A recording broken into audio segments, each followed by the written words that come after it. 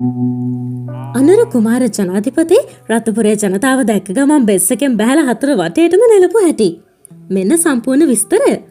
ලංකා ඉතිහාසයේ බොහෝ පාලකීන් ජනතාවගේ තීරණයෙන් බලයට ආවත් ජයග්‍රහණය ලැබුණ පසු ජනතාව පයට පෑගෙන දූවිල්ලක් තරමට සුළුවෙන් තැකීමට කටයුතු කළා.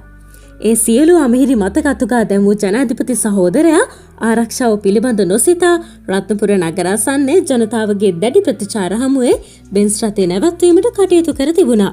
ඒ සියලු ජනතාවට හතර වටේට සැලුට් ආචාරද ලබා දෙමින්. නමුත් එහිදී ආරක්ෂක අංශ දැඩි අවධානයෙන් කටයුතු කළ බවක්ද පෙනුණා.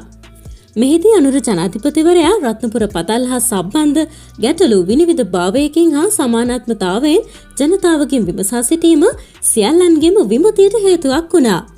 මේ පිළිබඳ තරුණයෙක් අදහස් දැක්වුවේ මේ විදියට. රත්නපුරේ ගොඩක් මිනිසු ජීවිකාව කරන්නේ පතල් කර්මාන්තයෙන්. ගගේ ඇතුම් පතල් තියෙනවා. සාම්ප්‍රදායික විදිහට ඒ කර්මාන්තය කරන් යන්න දෙන්න ඕනි. හැබැයි ඉතින් රත්නපුර ගඟක මලාට නාන්න බෑ.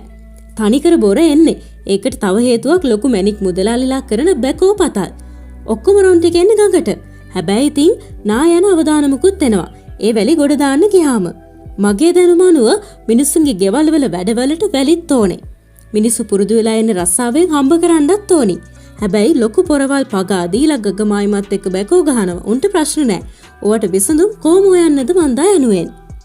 මේ පිළිබඳ ඔබේ අදහසත් පහලින් ඉදිරිපත් කරගෙන යන්න අමතක කරන්න එපා.